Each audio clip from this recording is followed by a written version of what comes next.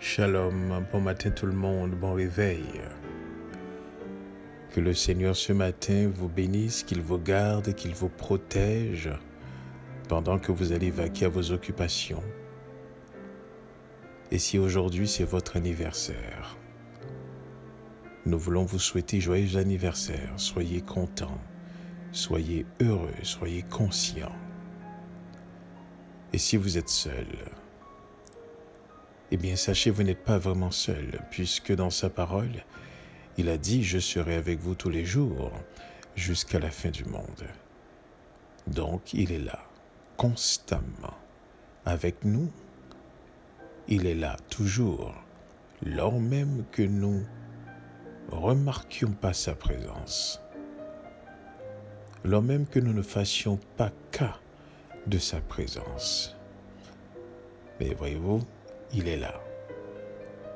Indépendamment de ce qu'on pense, il est là. Et sa fidélité est inatteignable. Sa fidélité n'est pas renversable. Sa fidélité est toujours efficace, lors même que nous ne voyons pas l'efficacité. Lors même que nous ne connaissons pas l'efficacité, mais sa fidélité est grande. Il est grand en fidélité. Donc, c'est-à-dire digne de confiance. Il est digne, justement, que nous puissions placer notre assurance en lui, indépendamment des circonstances et des situations. Et s'il y a un être qui nous rappelle de la manière dont nous devons faire confiance à Elohim, eh bien, laissez-moi vous dire, ce sont des bébés, des enfants. Quoi qu'il en soit, l'enfant reste attaché à ses parents. La raison est bien simple. Ils n'ont personne d'autre. Intrinsèquement, leur attachement n'est pour personne d'autre que pour les parents qui les ont bercés, avec qui ils ont échangé des regards, avec qui ils ont eu une expérience. Eh bien, lorsque nous sommes nés de nouveau, et comme disait Pétros, Pierre, lorsque le Seigneur leur disait, écoutez, regardez, les autres sont partis, qu'est-ce que vous attendez pour partir aussi? La réponse de Pierre était exactement l'attitude des enfants. Mais à qui irions-nous? Amen. Mais à qui irions-nous? C'est toi qui possèdes la parole de la vérité.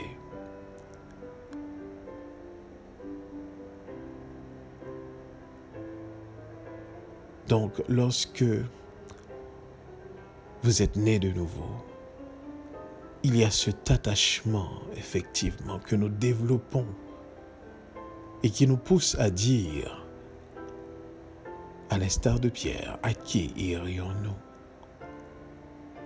Nous n'avons personne d'autre que lui. Et le psaume dit, nous n'avons personne au ciel si ce n'est toi, et sur la terre non plus.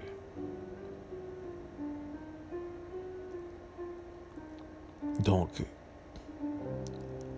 lorsque nous devenons conscients de cette présence, ça fait toute une différence. Ce matin, nous allons aborder un sujet vraiment profond et que nous demandons au Roi Kodesh de nous aider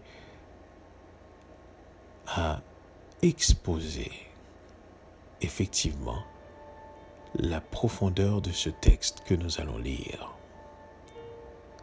Nous allons trouver ce texte dans le livre de Yemaya, de Jérémie, au chapitre 31, et on va lire au verset 34 jusqu'au verset 34 en fait. Je lis pour vous. Celui-ci n'enseignera plus son prochain, ni celui-là son frère, en disant « Connaissez l'Éternel », car tous me connaîtront, depuis le plus petit jusqu'au plus grand, dit l'Éternel, car je pardonne leur iniquité et je ne me souviendrai plus de leurs péchés. Voici un texte dans le livre de Jérémie et Maya qui nous explique ici l'état de chaque citoyen d'Israël.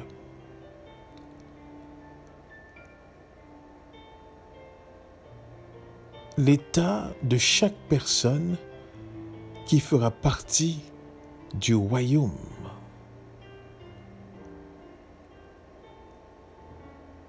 Et le texte est profond lorsque le texte parle qu'il n'y aura plus d'enseignants, car chacun sera une personne qui est enseignée. Et permettez-moi de faire le parallèle afin de mieux saisir ce qui va être dit dans ce texte. Je vais prendre un autre texte dans le livre de Corinthiens que Paul avait utilisé afin de faire sortir ce qu'on va dire ce matin. Ce sera dans le livre de Corinthiens 13, au verset 12. Je lis pour vous. Aujourd'hui, nous voyons au moyen de miroirs, d'une manière obscure, mais alors nous verrons face à face. Aujourd'hui, je connais en partie, mais alors je connaîtrai comme j'ai été connu. Je viens de lire deux textes écrits dans deux langues différentes. Le premier texte de Yemaya est écrit dans la langue de nos ancêtres, une langue extrêmement riche et précise. En fait, nous allons mettre l'accent sur le mot connaissance. Le mot que nous avons en français, connaissance. Et dans la langue hébraïque, il y a huit mots qui vont expliquer le mot connaissance dans des degrés différents. Et dans la langue grecque, qui est la langue païenne, la langue occidentale, eh bien, les hellénistes, donc les juifs grecs, puisque n'oubliez jamais que le livre a été traduit uniquement pour les juifs de la diaspora vivant en Grèce et un peu partout, justement parce que n'oubliez pas que la langue grecque était une langue influente, une langue parlée comme le français et l'anglais à travers le monde. Car s'il y a deux langues très connues et influentes que tout le monde doit apprendre à parler, eh bien c'est bien l'anglais et français, à cause justement de la colonisation, à cause de l'influence économique aussi, justement des États-Unis, de la France, etc., de l'Angleterre. Donc, la langue grecque était la langue qui était aussi enseigné à cette époque, à l'époque justement de la rédaction de ces livres qu'on traduisait effectivement, qu'on appelait la Septante, qu'on traduisait en grec. Et c'était uniquement pas pour les Grecs en tant que tels, mais c'était surtout pour la diaspora juive ou la diaspora israélite qui vivait en Grèce. Donc, lorsque Paul ici parle de connaissance, il y a un mot spécifique qu'il utilise. Et lorsque Jérémia parle justement, connaissez l'Éternel, et que l'Éternel lui-même dit, car tous me connaîtront, depuis le plus petit jusqu'au plus grand, dit l'Éternel. C'est un autre mot qui est utilisé en hébreu, qui est Yarda. Mais à l'intérieur de ce mot, il y a plusieurs définitions ou degrés de compréhension. Et ici, il est question, écoutez bien ceci, le mot français « connaître », peut-être nous n'avons jamais eu le temps de pouvoir de pouvoir comprendre ce mot-là, les mots français en fait, parce que nous les utilisons dans des contextes complètement des fois différents ou encore routiniers. Mais le mot connaissance, connaître, c'est un mot qui est composé de deux mots, d'un préfixe con ou con et de naissance. Connaissance. Connaître voudrait dire naître avec. Si nous le prenons dans le sens étymologique du mot, connaître, c'est naître avec. Et lorsque le Seigneur, l'Éternel, dit « tous me connaîtront », eh bien, le mot français, effectivement, « connaître », est vraiment le bon mot à utiliser. Mais sauf que le contexte de ce mot est bien plus profond que le mot même, c'est-à-dire la façon dont on utilise le mot aujourd'hui. Parce que connaître, en réalité, si nous prenons le mot dans son étymologie, non dans le contexte formel et routinier, mais si nous le prenons dans son étymologie, ça signifie naître avec.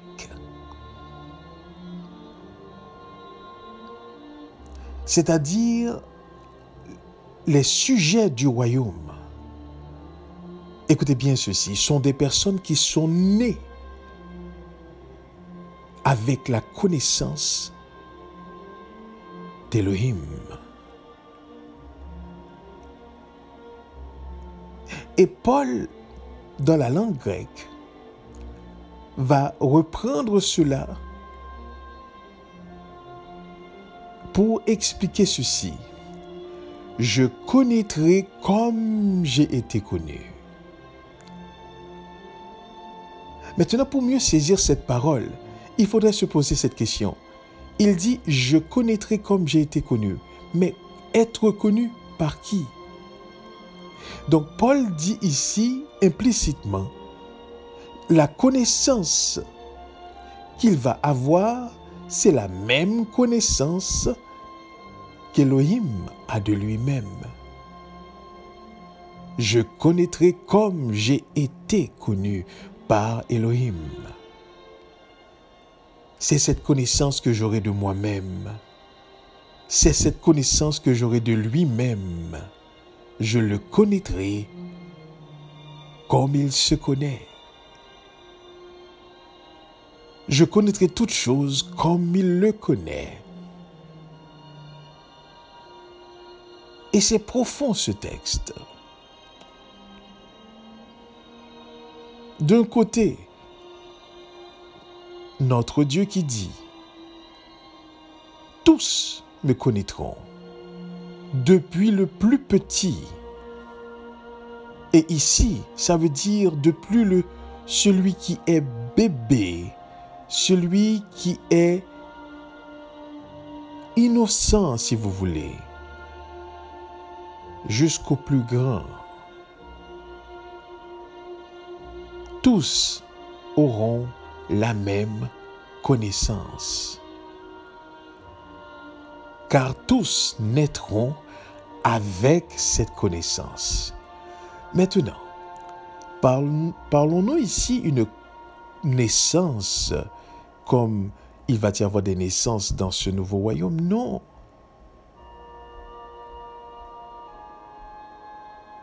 Alors, nous parlons justement du royaume éternel, du rétablissement de toutes choses, donc de la présence de Dieu parmi son peuple, du rétablissement de toutes choses. Il n'y aura plus nécessité d'enseignement, parce que tous connaîtront l'Éternel. Et cette naissance que nous parlons, nous allons faire le parallèle entre la naissance aujourd'hui que nous avons, d'où nous apprenons avec le temps et l'expérience. D'où nous avons deux façons d'apprendre. Nous apprenons par la réflexion ou l'expérience. Donc, quand nous naissons dans ce monde sensible, nous naissons, écoutez bien ceci, vides. Et par la suite, nous apprenons. Nous apprenons par réflexion, lorsque nous obéissons aux parents, par exemple. Et nous apprenons aussi par expérience, lorsque nous expérimentons quelque chose, d'où nous tirons une certaine leçon. C'est ce que nous donne la naissance d'aujourd'hui. Mais lorsque nous sommes nés de nouveau, si je comprends bien la profondeur de ce texte, écoutez bien ceci, nous naissons, amen, avec la connaissance. Maintenant, ce qui arrive, c'est que nous n'en sommes pas toujours conscients de cette connaissance.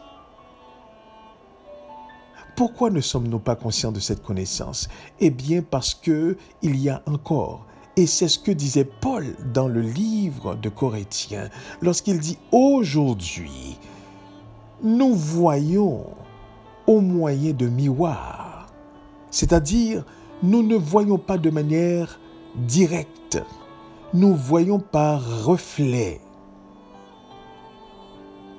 Mais disait-il, et c'est fort, mais alors nous verrons face à face. C'est-à-dire, il n'y aura plus justement ce miroir, ce reflet. Maintenant, nous serons face à face. Mais face à face de qui? Eh bien, de l'Éternel.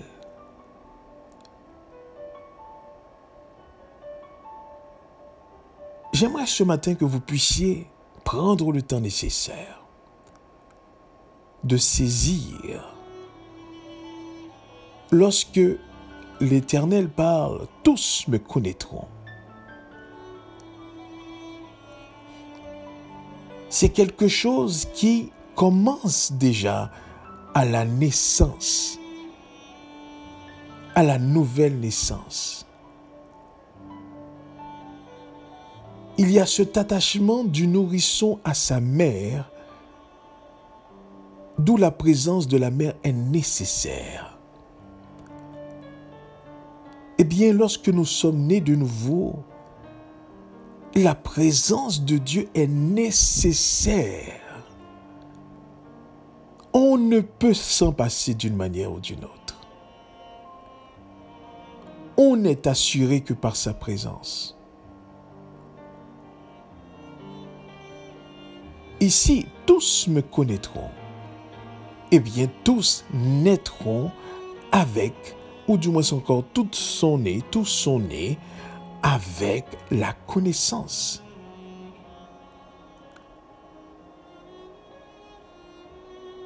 Mais dit Paul, je connaîtrai.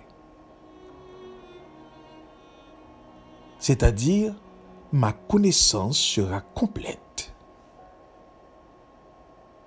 quand je serai face à face. Quand je serai complètement débarrassé de tout ce qui est miroir, c'est-à-dire reflet, de tout ce qui m'empêche de pouvoir savoir dans la plénitude de ce mot. Alors là, je connaîtrai comme j'ai été connu.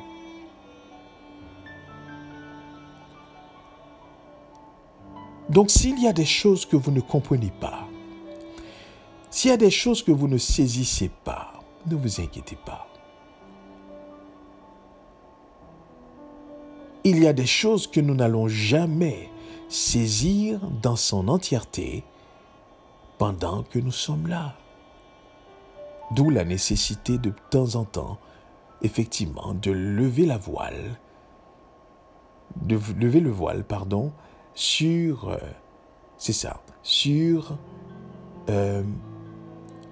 certaines choses de Dieu.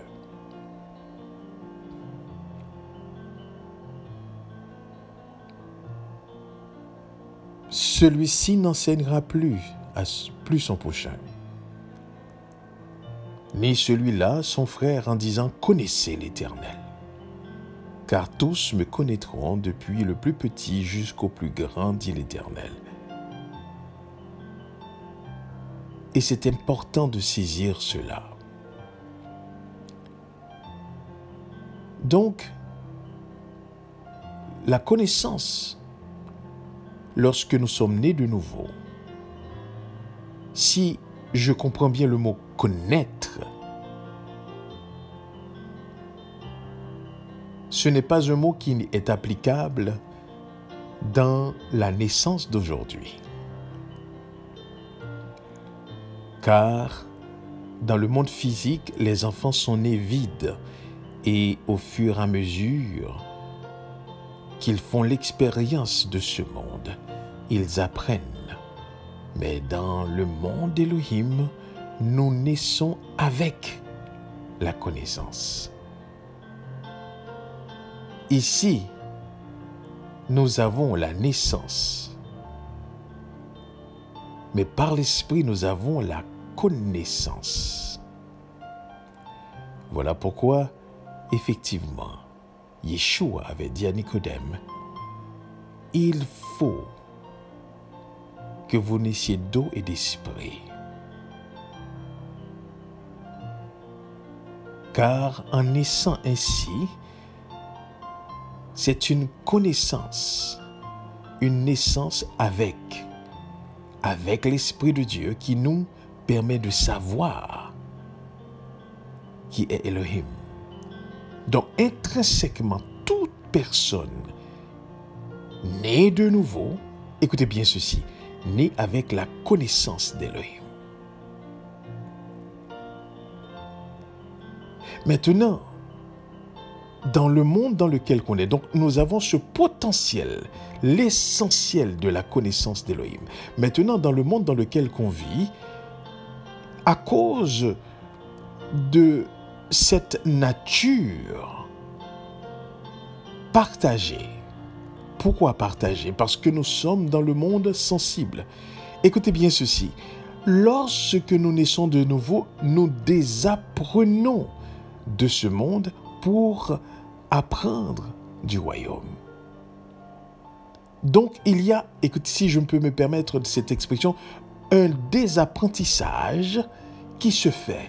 C'est-à-dire, on met les choses à leur place. L'Esprit est en train de nous montrer le vrai visage de ce monde contrairement à ce que nous avons appris par la réflexion ou l'expérience. Et en même temps, il y a un travail d'apprentissage qui se fait. C'est-à-dire, l'Esprit nous rend conscients du royaume d'Élohim.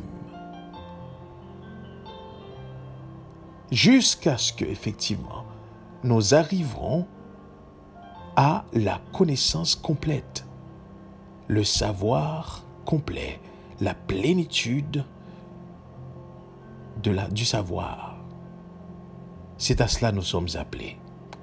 D'où cette progression de plus en plus, cette progression chaque jour, d'où la croissance spirituelle.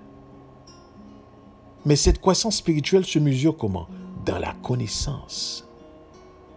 Et ici, on ne parle pas justement. D'ailleurs, le mot connaissance ne devrait même pas s'utiliser dans le contexte de ce monde. Parce qu'en réalité, personne n'est avec le savoir.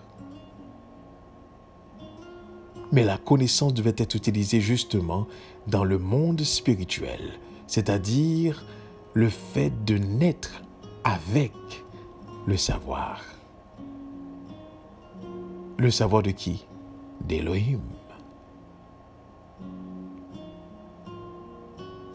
Voyez-vous, je connaîtrai comme j'ai été connu. Ça, c'est la phase finale du savoir. Mais pour l'instant, dit Paul, nous ne voyons qu'au moyen de miroir, d'une manière obscure. Mais le potentiel est là. Et c'est l'Esprit qui s'en charge pour nous en révéler de temps en temps quelque chose. Donc vous comprenez pourquoi il est impossible qu'un enfant de Dieu à chaque jour ne grandit pas. Il est impossible qu'un enfant né de nouveau, un enfant de ce royaume, n'apprend pas à chaque jour. Il est impossible qu'un enfant né de ce royaume ne croit pas. C'est-à-dire le verbe croître. Non, ce n'est pas possible. Parce que il y a un potentiel de savoir lorsque nous sommes nés de nouveau qui est en nous parce que nous naissons avec ce savoir. Mais seul l'Esprit est capable de nous en révéler de plus en plus. Et c'est exactement ce qu'il fait. D'ailleurs, n'est-ce pas ce que Yeshua avait dit?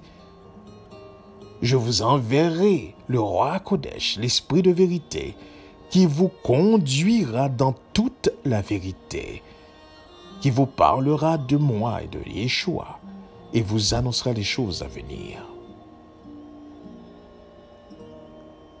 Celui-ci n'enseignera plus à son prochain, ni celui-là son frère en disant « Connaissez l'Éternel ». Car tous me connaîtront, depuis le plus petit jusqu'au plus grand, dit l'Éternel. Et Paul dit, aujourd'hui, nous voyons au moyen d'un miroir, d'une manière obscure. Mais alors, nous verrons face à face. Aujourd'hui, je connais en partie, mais alors, je connaîtrai comme j'ai été connu.